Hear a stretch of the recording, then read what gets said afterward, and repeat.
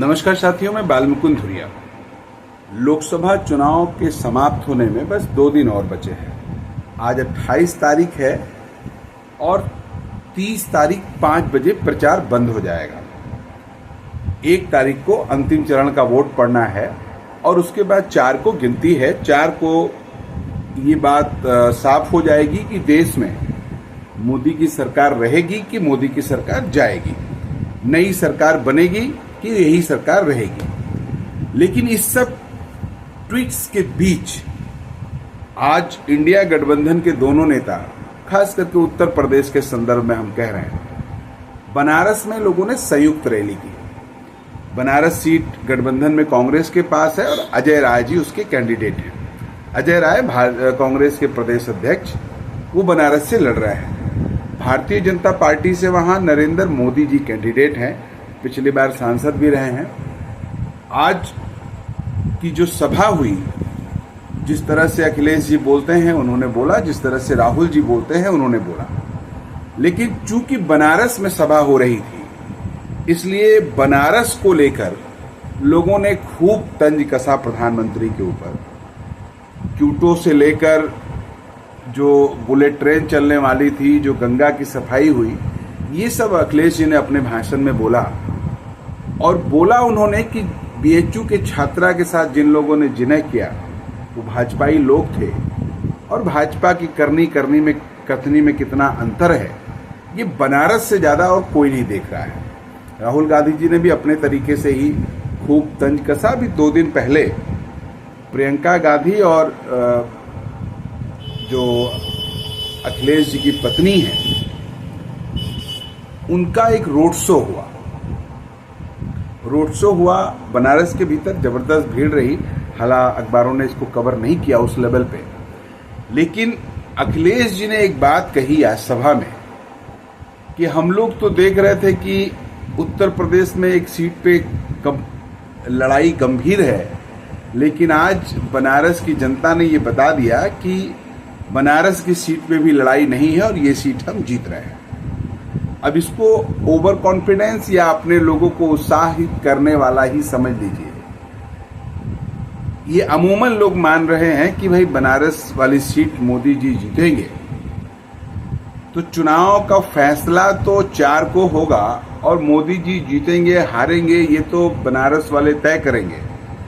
लेकिन जिस तरह से लोगों ने बनारस में खड़े होकर बनारस पे सवाल उठाए, बनारस के सांसद से उनके कामकाज का हिसाब मांगा, देश भर में उन्होंने जो वादे किए थे उस वादे को गिनवाया, तो और लगातार मोदी जी के एक्ट को मिमिक्री तो नहीं कहेंगे लेकिन नाटकीय अंदाज में अखिलेश जी ने भी और राहुल जी ने भी जो बयां की, वो सुनने लायक है, काबिले तारीफ है। मैं पहले भी कह रहा था, इस चुनाव का परिणाम चाहे जो होगा, लेकिन पूरे प्रचार अभियान में देश के भीतर विपक्ष के जो लीडर उभर के निकले हैं, वो राहुल गांधी से लेके अखिलेश यादव से लेके तेजस्वी यादव से लेके और दक्षिण भारत के तेलंगाना के जो स्टेट लीडर्स हैं, उनका स्तर राष्ट्रीय लीडर का बना है। भले ही छोटे स्तर पे ही सही, लेकिन उनका स्तर बढ़ा है। और राष्ट्रीय नेतृत्व जो एक पुराना, चाहे कांग्रेस के भीतर का हो, चाहे भारतीय जनता पार्टी के भीतर हो, या पिछले दिनों जो सरकारें बनी थी संयुक्त मोर्चा के उसके हो, वो पुरानी लीडरशिप अब बाईपास नई लीडरशिप ने उसको कर दिया है। तो ये माना जा सकता है कि चुनाव का परिणाम 4 को आएगा तो नए पार्लियामेंट में नए नए योद्धा देखने को मिलेंगे, नए नए लीडर देखने को मिलेंगे और ये लोग नई सोच के साथ कुछ नया करने का, देश को लेकर, देश के लोगों को लेकर, ये जो सवालों की राजनीति शुरू हुई है, सवाल जवाब करने की राजनीति शुरू हुई है, बहुत करीब 2 दशकों बाद मंदिर मस्जिद नहीं चला, 2 दशकों बाद हिंदू मुस्लिम नहीं चला, पाकिस्तान और बांग्लादेश नहीं चला और लगातार जनता सवालों पे घेरती रही सत्ता पक्ष को, ये भारतीय राजनीति के लिए एक शुभ संकेत है, अच्छा संकेत है। तो ये चुनाव का परिणाम तो जनता तय ही करेगी, जनता को जो फैसला होगा वो सिरोधार्य होगा। लेकिन बनारस की सभा सुनने लायक है। क्या बनारस का अंतिम दौर का चुनाव भाजपा के ताबूत का अंतिम कील होगा, ऐसा भी माना जा सकता है। आप भी जरा सुनिए, अच्छा लगेगा। राष्ट्रीय अध्यक्ष, गरीबन का, किसानन का आवाज, हम सबका भाई अखिलेश यादव जी, मंच पर बैठल हम सबका भाई, हम सबके परिवार आदरणीय अविनाश पांडे जी, प्रभारी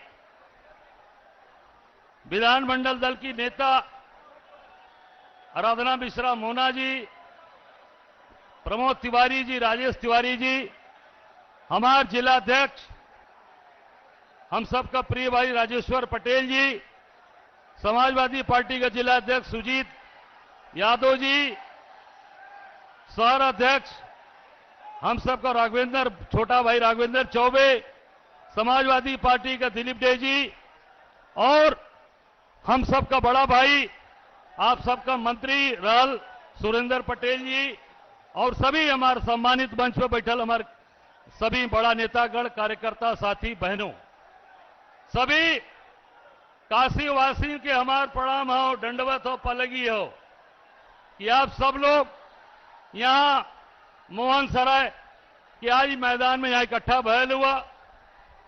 सब लोग हमार भाई, हमार बंधु, हमारे परिवार का लोग, आप सब लोगों का आशीर्वाद, आप सब लोगों का प्यार हमारे साथे लगातार बनल हो। हर सुख दुख में आपके संगे हम खड़ा रहल है।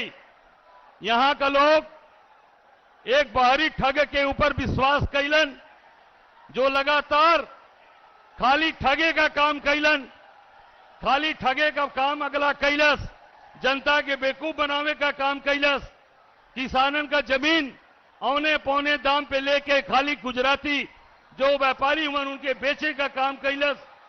आज वो दिन आ गल हो जब बैरवन में, मोहन सराय में, हमरे गंजारी में सभी किसानन के परेशान करल गए, और यहां बैरवन में लाठी लाठी हमरे बहन, हमरे भाभी, हमरे बहन लोगन के लाठी लाठी ये मोदी का सरकार और मोदी का भाजपा का लोग लाठी लाठी मरवैलन। आज ओकर समय आ गल बदला लेवे का। सब लोग लग के 1 तारीख के इनके वापस गुजरात भेजा, नहीं तो फिर इन सब जमीन कब्जा कर लिया है। तो हार कोनो जमीन बची नहीं, सब ले लिया ना, सब गुजराती ठगन के बेच दिया। आज पूरा बनारस परेशान हो, पूरा बनारस का लोग चिंतित हुआ कि आज गुजराती लोग आगे ठग के और उनके केवल परेशान, यहां के जनता के किसानन का जमीन औने पौने दाम पर खरीदल जाता हो। एक कल कारखाना नहीं लगल बनारस में, एक फैक्ट्री नहीं लगल, एक भी बनारस में कोई काम भयल हो तो बताओ आप लोग। एको कारखाना लगल हो रोहनिया में, एको कारखाना सेवापुरी में लगल हो।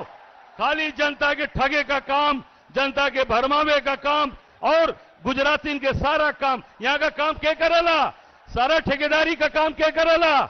जितना भी यहां सड़क बनल है, बंदरगाह बनल हो, ये कोई यहां बनारस का काम कैले हो, या उत्तर प्रदेश का कोई आदमी के काम मिलल हो, क्या मिलल हो? अरे कस के बोला यार, सब गुजराती उठा लेगी यहां से हमार सारा सामान। अब समय आ गल हो सूद ब्याज सहित वापस लेवे का पूरी ताकत के साथ। 1 तारीख के हाथ के पंजा पर वोट पड़े के चाहिए। और कैसे पड़ी? अरे खटाखट खटाखट खटाखट खटाखट खटाखट। और तुहार काम हम करब, फटाफट फटाफट फटाफट। बहुत बहुत धन्यवाद, आप सबके धन्यवाद। धन्यवाद आदरणीय अजय राय जी।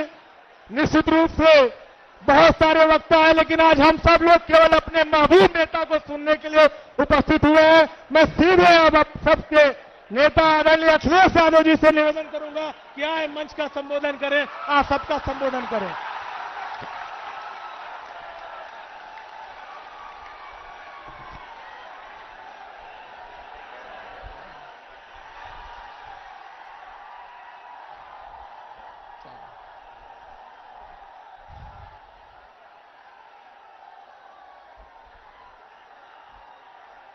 हमारे साथ मंच पर कांग्रेस पार्टी के नेता राहुल गांधी जी, मंच पर उपस्थित छत्तीसगढ़ के पूर्व मुख्यमंत्री बघेल जी, कांग्रेस पार्टी के नेता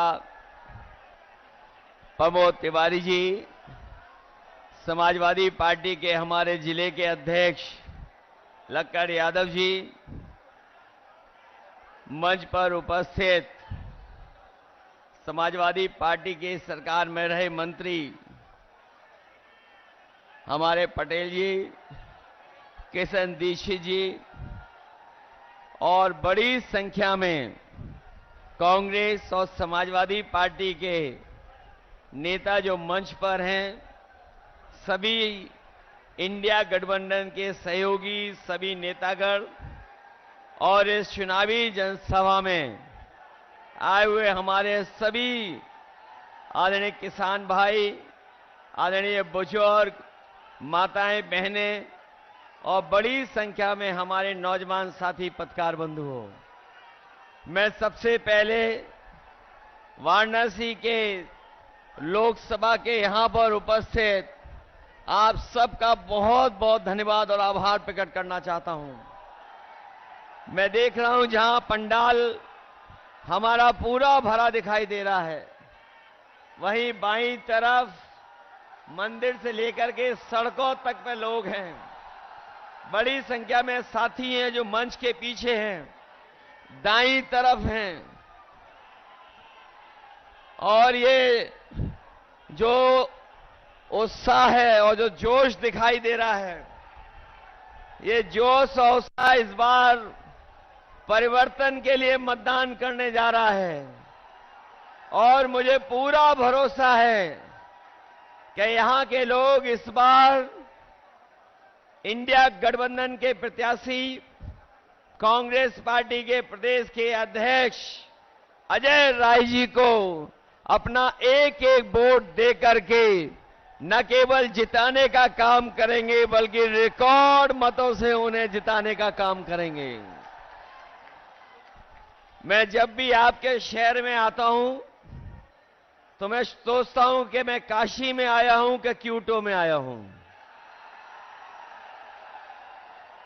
अभी तक जब भी हमारे पत्रकार साथी मुझसे सवाल पूछते थे तो मैं एक बात कहता था उनसे कि पूरे उत्तर प्रदेश में एक सीट के अलावा सभी सीटें गठबंधन जीतने जा रहा है। लेकिन अब जब चुनाव 7वें चरण में पहुंच गया है और जो पहले चरण से मैं जनता के अंदर गुस्सा देख रहा हूं, ये गुस्सा जो है 7वें चरण में भारतीय जनता पार्टी के खिलाफ 7वें आसमान पर होगा। जो बात मैं कहता था कि एक सीट पर लड़ाई में हैं हम लोग, बाकी सब सीटें जीत रहे हैं, लेकिन आज मैं कह सकता हूं कि इस बार का चुनाव ऐसा चुनाव उत्तर प्रदेश का देखने को मिल रहा है कि बीजेपी के लोग जहां क्यूटो को अपनी सीट मान रहे थे, ये भी सीट वो हारने जा रहे हैं। और इसलिए हारने जा रहे हैं क्या एक और एक जुड़ गए हैं, अब 11 हो गए हैं। और दूसरी तरफ एक और एक टकरा रहे हैं। हम लोग डबल ताकत हो गए हैं, वो लोग डबल जीरो हो गए हैं। जो डबल इंजन की सरकार वाले कहते थे डबल इंजन की सरकार है, लेकिन डबल इंजन की सरकार दिल्ली और लखनऊ वालों ने यहां के लोगों के साथ धोखा करने का काम किया है। यहां डबल इंजन का इस बार धुआं निकलता हुआ नजर आ रहा है। और अगर धुआं थोड़ा बहुत बचा भी होगा तो ये क्यूटो के लोग मिलकर के दोनों इंजनों का धुआं निकाल देंगे।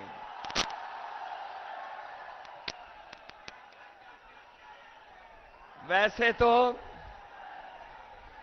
हम लोग आपके लिए लगातार संघर्ष कर रहे हैं और संघर्ष का रास्ता अपना करके आगे बढ़ रहे हैं, लेकिन जो घबराए हुए लोग हैं वो हम लोगों को शहजादा बोल रहे हैं। जो शहजादा बोल रहे हैं वो सुन लें कि ये इस बार दोनों शहजादे न केवल शह देने जा रहे हैं बल्कि इस बार मात भी देने का काम करेंगे। जिन्होंने मां गंगा की कसम खा करके, जिन लोगों ने मां गंगा की कसम खा करके ये कहा था कि मां गंगा साफ हो जाएगी, हमारे क्यूटो के लोग जानते होंगे मां गंगा तो साफ नहीं हुई, लेकिन जितना भी बजट उसके लिए आया वो सब साफ हो गया है। मां गंगा वैसे ही बह रही हैं और जिस गांव को गोद लिया था, जिस गांव को गोद लिया था उस गांव का तो कोई नाम ही नहीं ले रहा है, उस गांव को कोई पहचानता भी नहीं है। बताओ बीजेपी की सरकार ने धोखा दिया कि नहीं दिया? और जो लोग निवेश के नाम पर बड़े बड़े आयोजन कर रहे थे, बड़े बड़े पंडाल लगवा रहे थे, सजावट कर रहे थे और कहा कि लाखों करोड़ का निवेश आएगा, लेकिन निवेश जमीन पर नहीं पहुंचा। न निवेश आया और न कारखाने लगे, न उद्योग लगे। और जो बड़े बड़े डिफेंस कॉरिडोर की बात की थी कि मिसाइल बनेंगी, टैंक बनेंगे और न जाने कौन कौन सी मिसाइलें बन जाएंगी, लेकिन आज जब 10 साल बाद पीछे मुड़ करके देखते हैं तो इन्होंने वो दिवाली का रॉकेट भी नहीं बना पाए। जो लोग डिफेंस कॉरिडोर, डिफेंस के नाम पर इन्वेस्टमेंट लाना चाहते थे, वो दिवाली का रॉकेट तो दूर, बनारस वाले जानते होंगे वो सुतली का बम भी नहीं बना पाए। बताओ G20 को आप समझते हो G20 क्या है? ये जो G20 के आयोजन हुए थे, बनारस में हुआ, देश में हुआ, आप जानते हो G20 का मतलब? G20 का मतलब है 2 गुजरात के, बाकी बीजेपी के 0। बताओ यही तो है उनका G20। जो लोग कहते थे 400 पार, जो नारा लगा रहे थे 400 पार, अब उन्हें डर सता रहा है 400 हार का। और 400 का गणित समझ में आया। उन्होंने कहा 400 पार, और 400 पार का मतलब हुआ 543 में 400 पार कितनी सीटें हुई? 143 सीटें हैं। तो ये 400 पार केवल 143 सीटें की बात कर रहे थे, और इस बार देश की 140 करोड़ की जनता इनको 140 सीट के लिए भी तरसा देंगे। और अब तो भाषा भी बदल गई। हमारे लखनऊ वाले तो योगा करते डगमगाते थे।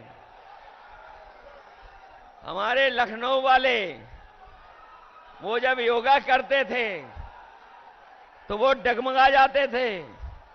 अब तो सुनने में आया है कि काशी के डर से, क्यूटो के हार के डर से उनकी जवान भी डगमगाने लगी है और कैसी कैसी बातें कहने लगे हैं। ये देश की जनता उनकी नकारात्मक राजनीति को सुनना नहीं चाहती है। उनकी पुरानी कहानियों को सुनना नहीं चाहती है, उनके घिसे पिटे डायलॉगों को सुनना नहीं चाहते, जिन्होंने बहुत कुछ सुनाया और कहा कि अच्छे दिन आएंगे। बनारस वाले जानते होंगे कि उनके अच्छे दिन तो नहीं आए, लेकिन हम इंडिया गठबंधन के लोग आपको भरोसा दिला सकते हैं, जो अच्छे दिन की बात कर रहे थे, अच्छे दिन नहीं लाए। कम से कम हम गठबंधन के लोग, आप क्यूटो से जिता देना, हम खुशियों का दिन लेकर के आएंगे। और जो लोग मनमर्जी हैं, जिन्होंने मनमर्जी से काम किया, दिन रात हम लोगों को मन की बात सुनाई, देश की जनता मन की बात नहीं सुनना चाहती है। देश की जनता संविधान की बात सुनना चाहती है, संविधान की बात हो। इसलिए ये चुनाव जहां हमारे आपके भविष्य का है, वही हमारे आने जो संविधान को बदलना चाहते हैं, और ये इंडिया गठबंधन के वो लोग हैं जो संविधान को बचाना चाहते हैं। तो इसलिए मैं आपसे कहना चाहता हूं, ये संविधान हमारे और आपके लिए सम्मान दिलाता है, यही संविधान हमें अधिकार दिलाता है, यही संविधान हमें न्याय दिलाने का काम करता है। यही संविधान बाबा साहब भीमराव अम्बेडकर जी का हमारे आपके लिए संजीवनी है। इसलिए चुनाव में आप लोग मदद करिए। मैं तो यहां सुन करके आया हूं कि यहां पर किसानों के साथ बहुत भेदभाव हुआ है। यहां के किसानों को अपनी जमीन को बचाने के लिए अपमानित होना पड़ा, लाठी खाने पड़ा, झूठे मुकदमों का सामना करना पड़ा, कई साथियों को जेल जाना पड़ा। हम अपने किसान भाइयों कह के जा रहे हैं, समाजवादी पार्टी और इंडिया गठबंधन की सरकार बनने जा रही है। 4 जून के बाद और अपने किसानों को मुआवजा दिलाने का काम भी करेंगे। या तो किसानों की जमीन नहीं जाएगी, और अगर जमीन को लेना भी पड़ेगा तो सर्कल की रेट बढ़ा करके मार्केट की कीमत दिलाने का काम करेंगे। हमारे बनारस के लोगों, अभी कुछ दिन पहले बड़ा महिलाओं का आयोजन हुआ था, महिलाओं का कार्यक्रम हुआ था, लेकिन यही जो नारी सम्मान की बात कर रहे थे, वो कुछ कुछ याद दिला रहे थे, लेकिन वही प्रधान सांसद जी ये भूल गए कि अगर बीएचयू में जो बेटियों के साथ जो व्यवहार हुआ था, जिन्होंने घटना की थी, वो सब के सब बीजेपी के लोग निकले थे। वो आप जानते होंगे, बीएचयू में घटना करने वाले लोग, जिन्होंने इस बेटी को अपमानित किया, जिसके साथ घटना हुई, अगर कोई पकड़ा गया था तो वो सब के सब बीजेपी के लोग थे। ये भूल नहीं सकता काशी के लोग। इसलिए जहां हम किसानों की मदद करेंगे, वहीं बेटियों की सुरक्षित माहौल कैसे मिले। और हमारे नौजवानों ने वो समय भी देखा है कि जहां पर हर परीक्षा का पेपर लीक हो गया, कोई परीक्षा सरकार नहीं करा पाई, न केवल परीक्षा करा पाई, बल्कि बड़ी संख्या में हमारे पूर्वांचल के नौजवान पक्की वर्दी पहन करके देश की सेवा करने के लिए दिन रात मेहनत करते थे। वो फौज की नौकरी भी इन्होंने आधी अधूरी बना दी। हम अपने नौजवानों को कह के जा रहे हैं, हम समाजवादी लोग और इंडिया गठबंधन के लोग कभी भी अग्निवीर जैसी व्यवस्था को स्वीकार नहीं कर सकते हैं। जब भी सरकार में आएंगे, वही पक्की नौकरी, वही पक्की वर्दी अपने नौजवानों को पहनने का मौका देंगे। न केवल वर्दी अग्निवीर खत्म होगी, बल्कि नौकरियों को बढ़ा करके ज्यादा से ज्यादा फौज में अपने नौजवानों को नौकरी देने का मौका देंगे। इसलिए मदद करिए, आप लोग मदद करोगे सब लोग। ऐसा तो नहीं हो कि ये जो देश और पूरे देश के भाजपा के नेता आ गए हैं, वो अगर मैनेजमेंट करेंगे तो मैनेजमेंट के चक्कर में तो नहीं फंस जाओगे। ये तो पता होगा आपको कि पूरे के पूरे देश के लोग आ गए हैं, देश के लोग आ गए हैं, वो मैनेजमेंट करने पे लगे हुए हैं। और ये भी सुनने में आया है कि ये बूथ तक नहीं पहुंचने दे रहे हैं वोट डालने के लिए। बताओ हमारे नौजवान साथियों, ऐसा तो नहीं है कि बूथ पर नहीं पहुंचोगे आप लोग? घबरा तो नहीं जाओगे आप लोग? चुनाव चिन्ह तो पता है ना आपको?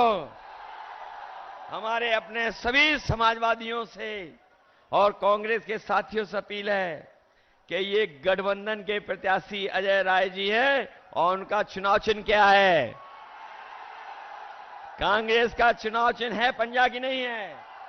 इसलिए मदद करिए, इनकी मदद करोगे सब लोग। ये जो मैनेजमेंट वाला है उससे भी दूर रहोगे कि नहीं रहोगे? अरे जो बदनामी मिली है क्यूटो को, क्यूटो बन गई आपकी कि नहीं बन गई? अगर बिजली किसी ने दी थी तो समाजवादियों ने दी थी। आज बिजली का बिल ज्यादा देना पड़ रहा है। इस शहर को मेट्रो दी थी, वो भी इन्होंने खारिज कर दी, नहीं बना रहे हैं। जो वर्णा को सफाई करने का काम शुरू हुआ था वो उदाहरण बनता, लेकिन उसको भी रोक दिया। आपको याद होगा समाजवादियों ने लैपटॉप दिया था इतना बड़ा आपको, जहां होगा वो आज भी चल रहा होगा। उसी की नकल करके इन्होंने भी कुछ दिया है। हम लोगों ने इतना बड़ा लैपटॉप दिया, इन्होंने इतना दे दिया और इतना रद्दी दिया है कि उंगली घिसते रहो, चलता ही नहीं है। बताओ रद्दी है कि नहीं है? इन्होंने एम्बुलेंस खराब कर दी कि नहीं कर दी? 100 नंबर पुलिस बेईमान बना दी कि नहीं बना दी? अमूल आप लेकर आए थे, उसका क्रेडिट ये ले रहे हैं। वो याद है आपको कि नहीं याद है? 100 नंबर जब से 112 हुई है, हमारे खाकी वर्दी पहनने वालों को भी लगता है कि अगर 100 नंबर से 112 सरकार ने कर दिया तो हमें भी अपना रेट बढ़ा लेना चाहिए। बताओ रेट बढ़ा दिया कि नहीं बढ़ा दिया? मुझे याद है यहां पर लाखों लाख बच्चों को समय पर गरम खाना मिल जाए, उसके लिए हम लोगों ने मॉडर्न किचन उत्तर प्रदेश में लगवाना शुरू किया था। इस सरकार ने बनारस में तो लगवा दी, वो वही थी जो समाजवादियों ने दी थी। दूसरी नहीं लगा पाए ये किचन जिसमें बच्चों को हॉट कुक्ड मील मिल रहा है। वो अगर किसी की देन थी तो वो समाजवादियों की देन थी।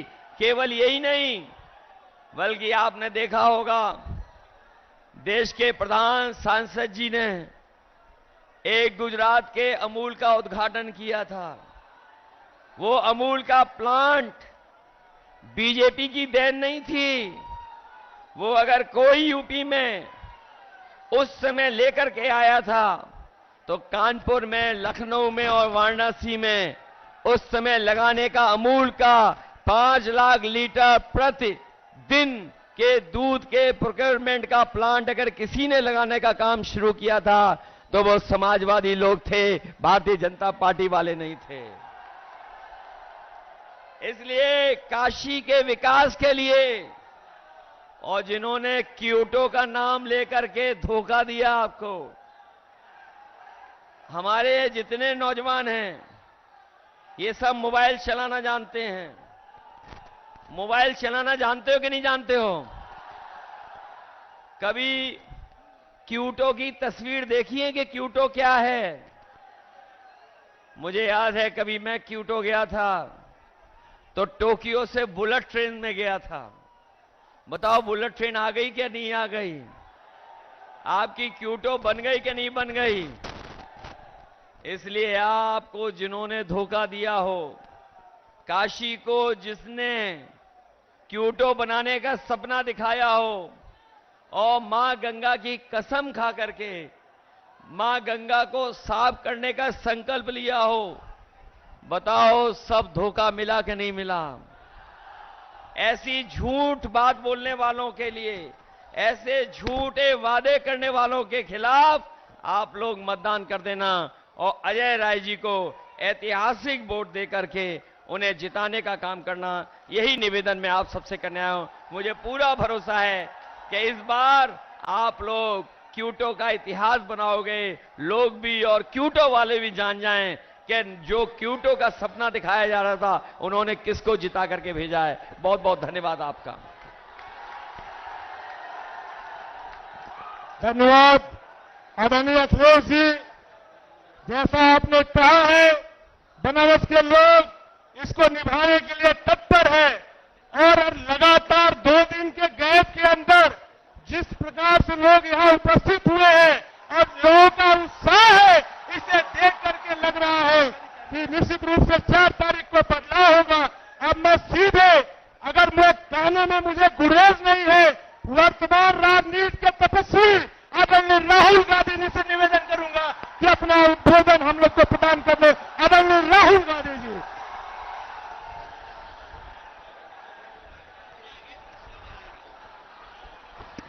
अखिलेश यादव जी, अविनाश पांडे जी, भूपेश बघेल जी, आराधना मिश्रा जी, प्रमोद तिवारी जी, सुप्रिया श्रीनाथे जी, राजेश्वर पटेल जी, सलमान खुर्शीद जी, सुजीत यादव जी, दिलीप दे जी, सुरेंद्र पटेल जी, हमारे कांग्रेस पार्टी और इंडिया गठबंधन के कैंडिडेट अजय राय जी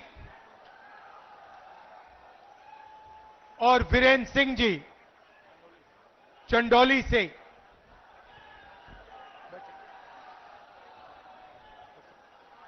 स्टेज पे इंडिया गठबंधन के वरिष्ठ नेता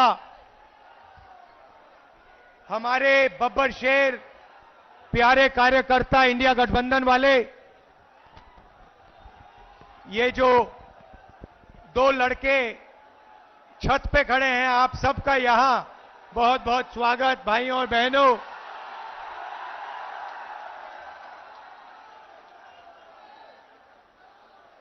प्रेस के हमारे मित्रों, सबका स्वागत। ये भैया प्रेस के मित्रों कहता हूं, मगर ये हमारे मित्र नहीं हैं, ये अदानी के मित्र हैं। 24 घंटा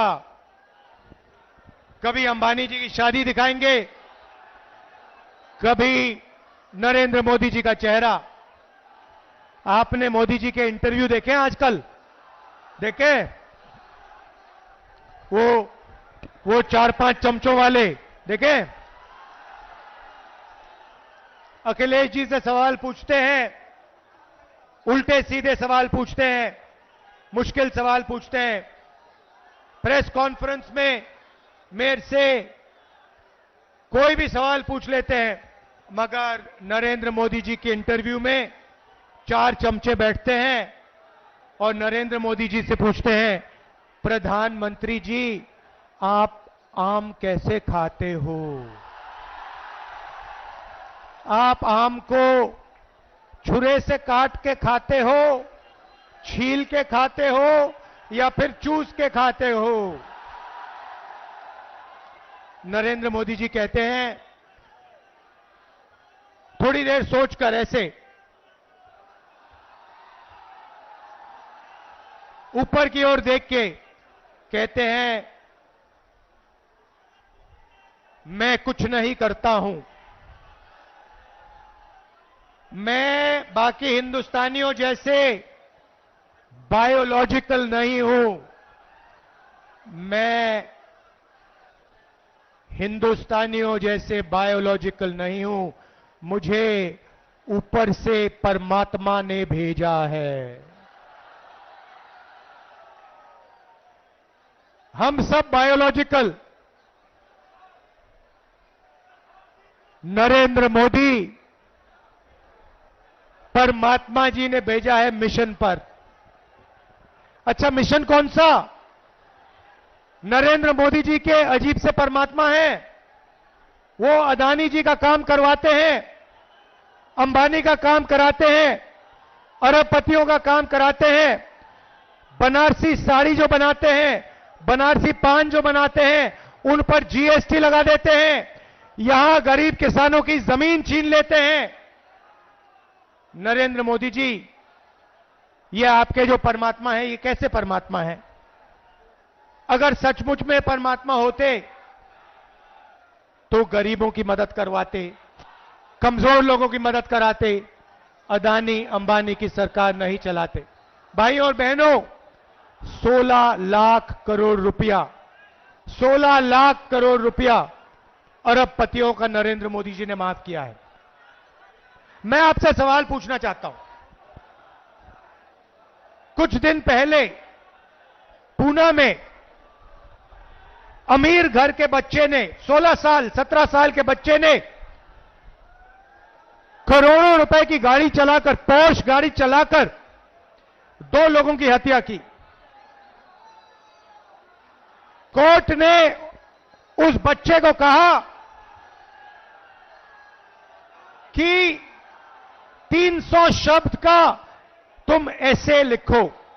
मैं आपसे पूछना चाहता हूं, अगर बनारस का कोई स्कूटर वाला, ऊबर वाला, टेम्पो वाला किसी को गलती से मार देता है तो कोर्ट उससे 300 शब्द का ऐसे क्यों नहीं लिखवाता है? अमीर घर का बेटा लोगों को मारता है, उससे कहते हैं 300 शब्द का ऐसे लिखो, और गरीब घर का बेटा किसी को मारता है, गलती से मारता है, ऑटो रिक्शा चलाते हुए मारता है, ट्रक चलाते हुए मारता है, बस चलाते हुए मारता है, तो उससे कहते हैं ये लो 10 साल की जेल काटो, और चाबी उठा के फेंक देते, हथकड़ी लगा देते हैं। यह है नरेंद्र मोदी का हिंदुस्तान, अरबपतियों का। इसमें गरीबों से बिना पूछे जमीन ली जाती है, सही रेट नहीं दिया जाता, अरबपतियों का कर्जा माफ होता है, गरीबों पर जीएसटी लगता है, और जो भी सपना अमीर लोग देखना चाहते हैं देख सकते हैं, और गरीब लोग गरीबी में फंसे रहते हैं। उन्हीं चमचों ने नरेंद्र मोदी जी से सवाल किया, कहते हैं नरेंद्र मोदी जी, कहा जा रहा है कि हिंदुस्तान में अमीर लोग अमीर होते जा रहे हैं और गरीब लोग गरीब होते जा रहे हैं, इसके बारे में आप क्या सोचते हो? नरेंद्र मोदी जी ने 20-25 सेकंड सोचा, ऐसे सोचा,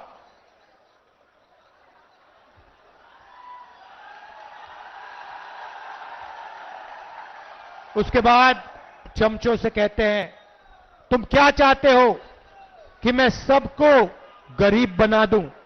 नहीं नरेंद्र मोदी जी, हम चाहते हैं कि जो सुविधाएं अमीर लोगों को मिले वो गरीबों को मिले। जो बैंक लोन उनका माफ होता है वही बैंक लोन छोटे व्यापारियों का माफ हो, वही बैंक लोन किसानों का माफ हो, वही बैंक लोन स्टूडेंट का माफ हो। जो उनके लिए आप करते हैं वो गरीबों के लिए आप कीजिए, ये हम चाहते हैं। भाई और बहनों, इंडिया गठबंधन ने मन बना लिया है, इंडिया गठबंधन ने मन बना लिया है। इन्होंने 16 लाख करोड़ रुपए अरबपतियों को दिए, अब हम लाखों करोड़ रुपए हिंदुस्तान के गरीब लोगों के बैंक अकाउंट में डालने जा रहे हैं।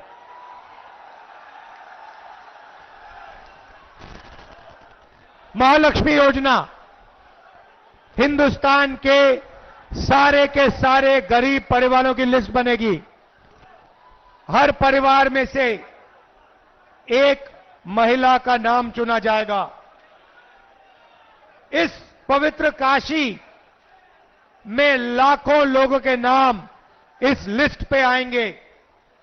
जिनकी जमीन छीनी गई है उन परिवारों के नाम इस लिस्ट पे आएंगे। जिन पर गलत जीएसटी लगाई गई है उन परिवारों के नाम इस लिस्ट पर आएंगे। बेरोजगार युवाओं के परिवारों के लिस्ट के नाम परिवारों के लिस्ट पे आएंगे। और फिर 5 जुलाई को आप अपना बैंक अकाउंट सुबह देखोगे, काशी में लाखों परिवार अपना बैंक अकाउंट चेक करेंगे और हिंदुस्तान इंडिया की सरकार ने आपके बैंक अकाउंट में खटाक से 8,500 रुपए डालने हैं। जुलाई में 8,500, अगस्त 8,500, सितंबर 8,500, अक्टूबर, नवंबर, दिसंबर, जनवरी 8,500, खटाखट खटाखट खटाखट खटाखट अंदर लाखों करोड़ रुपए हम आपको देने जा रहे हैं। यहां जो किसान हैं, आपकी इन्होंने जमीन छीनी। हम जमीन अधिग्रहण बिल लाए थे, नरेंद्र मोदी ने रद्द किया। हमें धमकाया कि इस बिल के लिए नहीं लड़ो। हम लड़े, मगर तब भी इन्होंने स्टेट लेवल पे इस बिल को रद्द किया। हम आपकी जमीन की रक्षा करेंगे, आपको सही रेट दिलवाएंगे। और काशी के किसानों, आप अच्छी तरह सुन लो, हम आपका कर्जा माफ करने जा रहे हैं। और पहली बार काशी के किसानों को कानूनी मिनिमम सपोर्ट प्राइस मिलने जा रही है। सही दाम मिलेगा आपको, अनाज के लिए, धान के लिए, शुगर केन के लिए, आलू के लिए, जो भी आप उगाते हो उसके लिए आपको मिनिमम सपोर्ट प्राइस कानूनी मिलेगी। भाई और बहनों, पहली बार बनारसी साड़ी वालों पर, बनारसी पान बनाने वालों पर जीएसटी लागू की है। हम इनकी जीएसटी को बदलने जा रहे हैं, सरल जीएसटी बनाएंगे, एक जीएसटी होगी। और जो मेहनत करते हैं, जो दलाली नहीं करते हैं, उनके फायदे की जीएसटी होगी। छोटे व्यापारियों की, बनारसी पान बनाने वालों की, बनारसी साड़ी बनाने वालों की जीएसटी हम बना के आपको दे देंगे। मजदूरों को आज मनरेगा में 250 रुपए, जून 4 के बाद 400 रुपए। आंगनवाड़ी आशा महिलाओं को जितनी आमदनी मिलती है उसको हम डबल कर देंगे, उसका दुगना आशा और आंगनवाड़ी की महिलाओं को मिलेगा। भैया ऊपर से गिर मत जाना, गिर मत जाना, ध्यान से। अब मैं बात करना चाहता हूं देश के युवाओं की। नरेंद्र मोदी जी ने सेना का और हिंदुस्तान के देशभक्त युवाओं का अपमान किया। पहली बार उन्होंने जवानों को मजदूर बनाया। भाई और बहनों, अग्निवीर योजना को इंडिया की सरकार रद्द करने जा रही है। इस योजना को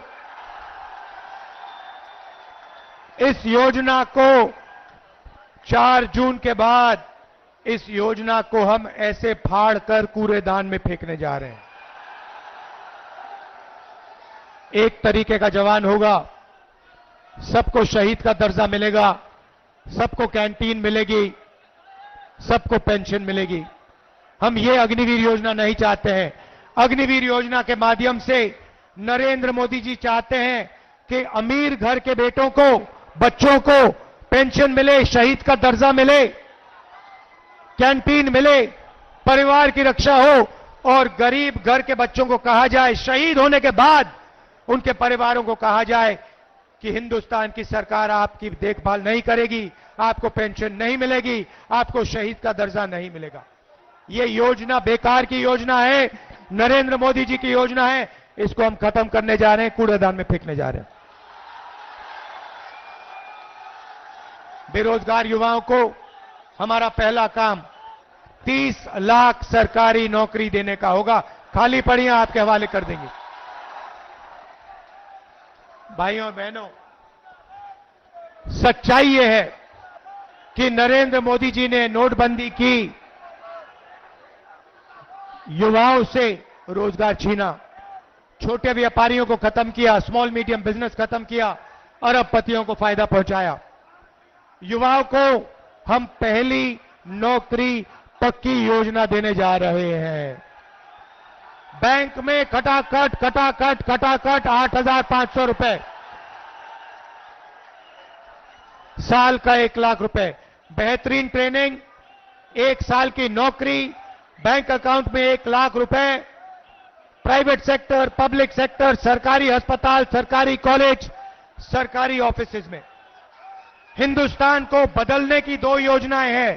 पहली नौकरी पक्की, महालक्ष्मी योजना। भाइयों और बहनों, इसके पीछे सोच है। उन्होंने अरबपतियों के बैंक अकाउंट में पैसा डाला, अरबपतियों ने इस पैसे को अमेरिका में, जापान में, दुबई में खर्चा। हम आपके बैंक अकाउंट में पैसा डाल रहे हैं, आप इसको काशी में, वाराणसी में, उत्तर प्रदेश में, बाकी प्रदेशों में खर्च करोगे, शहरों में, गांव में खर्च करोगे। T shirt, shirt, pant, mobile phone, जूते, मोटरसाइकिल, स्कूटर, मोबाइल फोन, ये चीजें खरीदोगे। जैसे ही आप ये प्रोडक्ट्स खरीदना शुरू करोगे, वैसे ही हिंदुस्तान की अर्थव्यवस्था शुरू हो जाएगी।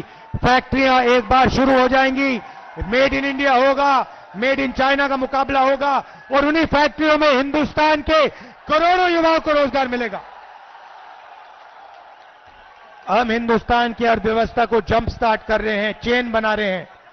गरीबों के बैंक अकाउंट में पैसा डाल रहे हैं, किसानों के बैंक अकाउंट में, मजदूरों के बैंक अकाउंट में, महिलाओं के बैंक अकाउंट में, बेरोजगार युवाओं के बैंक अकाउंट में पैसा डाल रहे हैं। आप ये पैसा खर्च करोगे, फैक्ट्रियां चालू हो जाएंगी, मेड इन इंडिया होगा, इन्हीं फैक्ट्रियों में आपको रोजगार मिलेगा। हिंदुस्तान की अर्थव्यवस्था खटाखट शुरू हो जाएगी।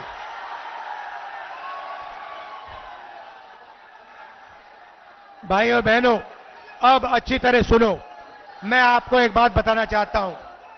नरेंद्र मोदी जी ने और बीजेपी के लोगों ने जिंदगी की सबसे बड़ी गलती की है।